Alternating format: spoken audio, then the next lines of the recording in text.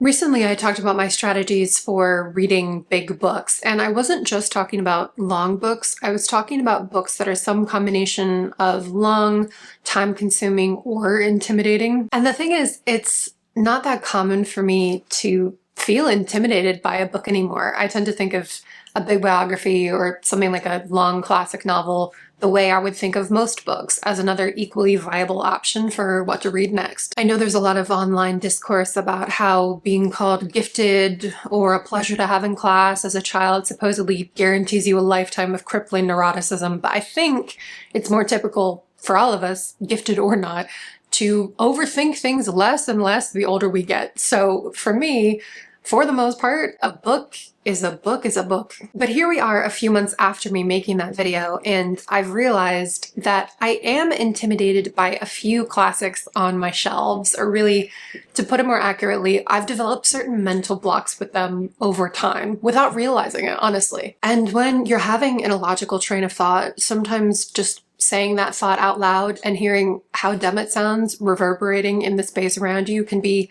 what you need to stop working on that track and start building another one for a better series of thoughts. A lot of what I do on this channel is I talk about books that might have intimidating auras on the surface and I demystify them. So I take histories and biographies and classics and translated titles, and I try to talk about them in a way that makes it clear they're just another set of options for you to read if you want to. So I want to practice what I preach today, and I actually want to think through what kind of mental blocks I have surrounding these 5 books specifically, why they're there, and how I can overcome them. The first one is the Robert Fagles translation of Virgil's Aeneid. This is an epic Roman poem translated from Latin that tells the story of Aeneas, who's one of the characters from Homer's Iliad, and this follows him after the events of the Trojan War.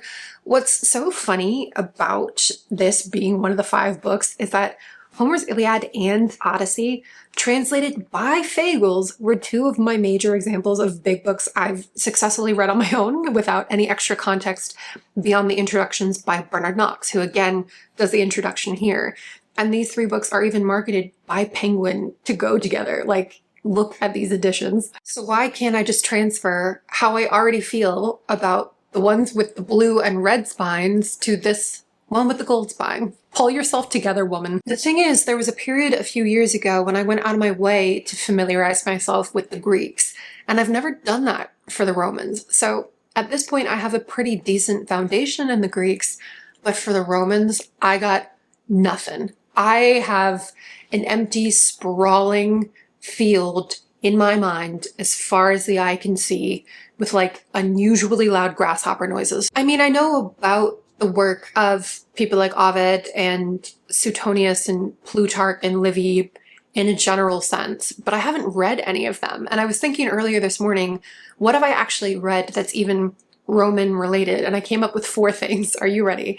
I've read Shakespeare's Antony and Cleopatra and Julius Caesar. Not the worst place to start, I guess. I've read Robert Fagles' novel I, Claudius, and I've read Stacy Schiff's biography of Cleopatra, which I always take a moment to shout out. It's a great book. Actually, let me see if I can find it on my shelves. Oh, there she is. You're not taking my spot. We're not doing We're not doing it. Okay, we can share the chair. We've been sharing. It can't be that much warmer on my side than it already is on yours. You know what I mean? Like, this is really a grass is greener moment for you. Here she is. Love this biography, but I've got this, Shakespeare, and I, Claudius.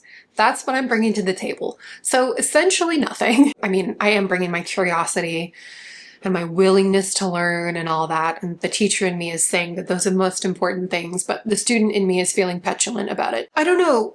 Even a little bit of background knowledge is a kind of security blanket. And when it comes to the Aeneid, it feels like taking an introductory language course feels. And I've done that a lot of times, and I do love it in part because it makes you so vulnerable. It's so funny that as a grown adult, you're actively putting yourself in a position to be like, well, I forgot the word for cat today.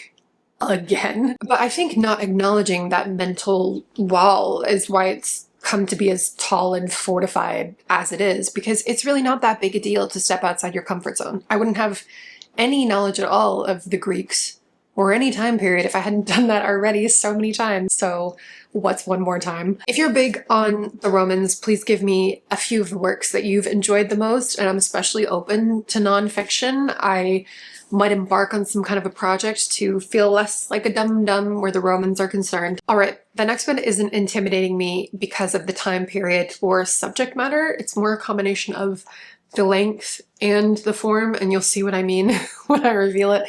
It's The Essential Writings of Ralph Waldo Emerson. I have a lot of familiarity actually with Emerson's time and context with the Transcendentalist movement in 19th century America and abolitionism and the linking of being in the natural world with exploring questions of the soul, all the good stuff. But I've never successfully figured out how to go about reading this, and I've owned it for almost a decade. This was part of my first ever YouTube book haul. It was right when I moved from Russia back to the US, and already even just saying that is dating this to a time when an American could just go live in Russia. I think it was twice over the years that I tried to establish a kind of Sunday morning ritual with Emerson, like a humanist atheist church over here, where I would read him for an hour or so every Sunday morning. And I don't know exactly why that didn't work out. It felt like such a good idea both times I tried it. Maybe it's just that my Sundays are too varied for that to make sense. Sometimes I leave my house in the morning and sometimes I don't, right? So it could be as simple as that. Again, now that I'm admitting there's a problem, there's no reason that problem should be insurmountable. So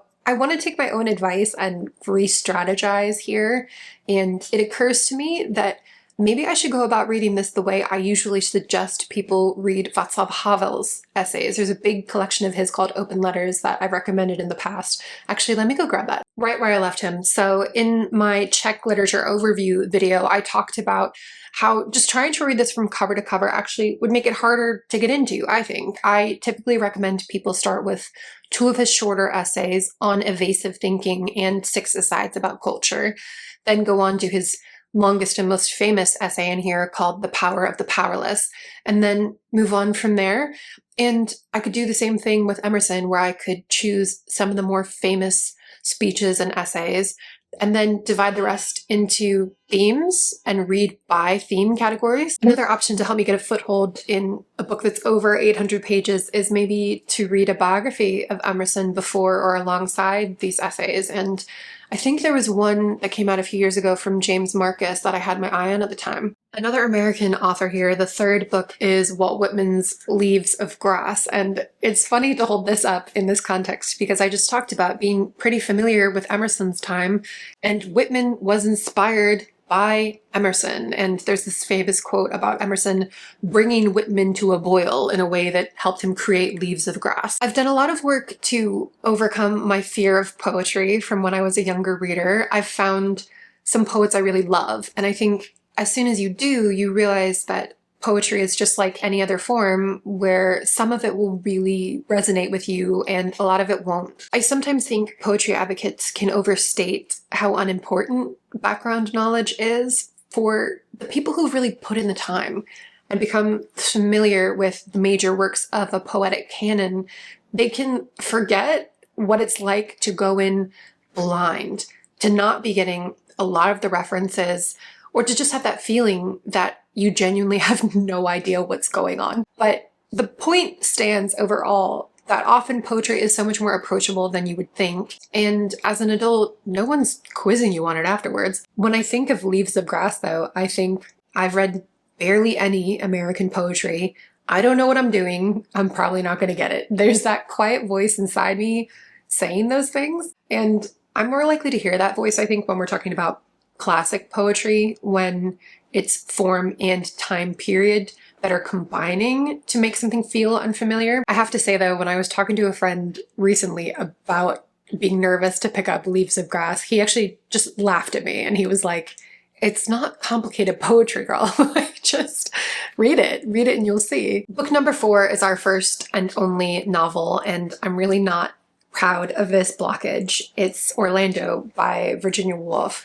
And it really makes no sense on its face that I would feel this way, because I've read and loved Mrs. Dalloway, A Room of One's Own, 3 Guineas, and Jacob's Room. Actually, I would say that Mrs. Dalloway is a favorite book of mine, and A Room of One's Own is still one of the best pieces of nonfiction writing I've ever read. And I always say, if someone thinks they can sum up her argument in some sentence about how women need rooms of their own to create art, it's clear as day that person hasn't read A Room of One's Own, which is more than fine because that just means that person gets to read it for the first time. A little gift from the universe to you. I think I have a legitimate blockage and a really pedestrian blockage that I'm bringing to this book. So the legitimate one is that Woolf's books are all so different from one another that having read and enjoyed her in the past doesn't necessarily prepare you to read any additional book of hers in the future, which is also one of the most amazing things about her as an author, is the constant sense of reinvention of what storytelling itself can be. But knowing that Orlando will be as intricate as everything else she wrote while being distinct from everything else is just this floating thought I've had throughout the years. The pedestrian blockage is that the font is too small in the edition I have. These vintage UK editions were all over BookTube the year they were published, and I contributed to that because I bought and held up 3 of them, but both the font size and to a lesser extent the font style affected my reading of the other 2. It's not comfortable for the human eye to read this, even a young eye, and I don't know what it is. I've read plenty of small font in my day. It's just, these editions feel especially off-putting to me as soon as I open them. So I need to either suck it up or buy or borrow another edition of this from the library so that I can finally go ahead and read it. This is making me think though, I have a few classics on my shelves that fit this description where there's something about the edition itself that's off-putting, and I need to woman up and borrow or buy new editions. That's one of the only real pleasures of being an adult, is being able to solve self-inflicted problems. After just a little bit of scrolling here, it's taken me 3 minutes to find 2 editions I like. Years of dilly-dallying solved in 3 minutes. Glad we had this chat. Okay, the last one is a case more like the Emerson essays. This is the complete stories of Flannery O'Connor, and you want to talk about nice editions. This is a really nice edition, I think. It's from FSG.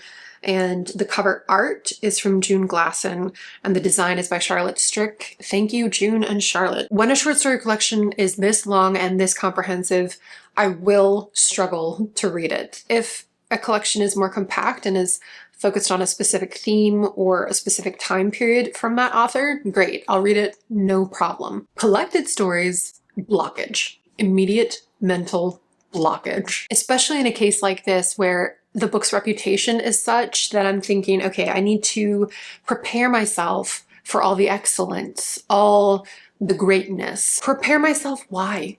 Prepare myself, how? I don't know. Great books can sometimes make your brain think it should be preparing in some way for some undefined reason. So in the case of O'Connor, it's not the style or the literary period or the historical context that are tripping me up, and this edition is printed so the human eye can comfortably perceive it. The problem is just with the form. It's collected short stories, period. Again, years of evidence having this sit on my shelf would suggest that I need an actual strategy here. I'm thinking through some of the options I talked about in that big books video. I mentioned reading a certain number of pages per week or maybe for a certain amount of time, but I actually want to look through and see how long each of the stories is on average, if there is any kind of an average, because I think what I might enjoy the most is just to read 2 to 3 stories per week, and that would mean I could read other things on weeks when I have more time. Yeah, I think that could make this feel a lot less intimidating and more companionable. I'm curious which, if any, classics you have sitting on your shelves have inspired these kinds of mental blocks in you, and as you can see, no reason is too unreasonable. Ain't no mountain low enough, ain't no river narrow enough to keep me from reading great works of literature I would love if I could only get out of my own way. That's what we've learned here today. These days, I typically reserve my dumber thoughts for Patreon, so if you liked this, you might like the videos I make over there. Thank you for watching, and I'll see you soon for another video.